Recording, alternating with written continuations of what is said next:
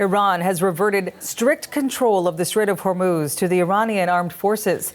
The move comes after initial signs of progress. Just yesterday, both the Iranian foreign minister and U.S. President Donald Trump said the critical waterway was open to commercial vessels. But Trump also said the American naval blockade will continue until a deal with Iran is finalized.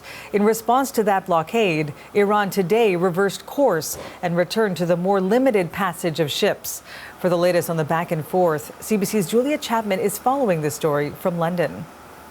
Well, there has been a couple of incidents now in the Strait of Hormuz this morning. The UK Maritime Trade Operations says a tanker was approached and fired upon by a Revolutionary Guard gunboat from Iran. The crew and the vessel are both reportedly safe. The UK MTO also says that a container ship has been hit by a projectile causing some damage. And this is after the Iranian military says that it's reasserting control over the waterway. It accuses the U.S.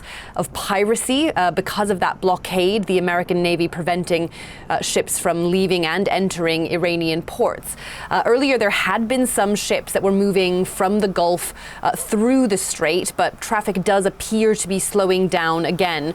And a social media post that has been attributed to Iran's supreme leader, who hasn't been seen publicly since his appointment.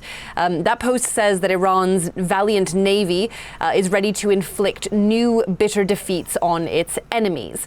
Now, yesterday, Donald Trump was asked if he was willing to extend the ceasefire with Iran, and he suggested that he was prepared to start bombing the country again if necessary. Take a listen. I don't know. Maybe not. Maybe I won't extend it. Okay. But the blockade is going to remain. But maybe I won't extend it. So you have a blockade. And unfortunately, we'll have to start dropping bombs again. Thank you very much, everybody. Thank you. I think it's going to happen. The U.S. president did say that he had good news coming on Iran without giving any details. But this morning, he hasn't commented yet on the developments in the Strait of Hormuz. Julia, what's actually happening with negotiations ahead of the ceasefire's expiry? Well, Trump says that many things have been negotiated and even agreed to. He says that there is some negotiation ongoing this weekend, but it won't be the formal style negotiations that we saw in Islamabad last weekend.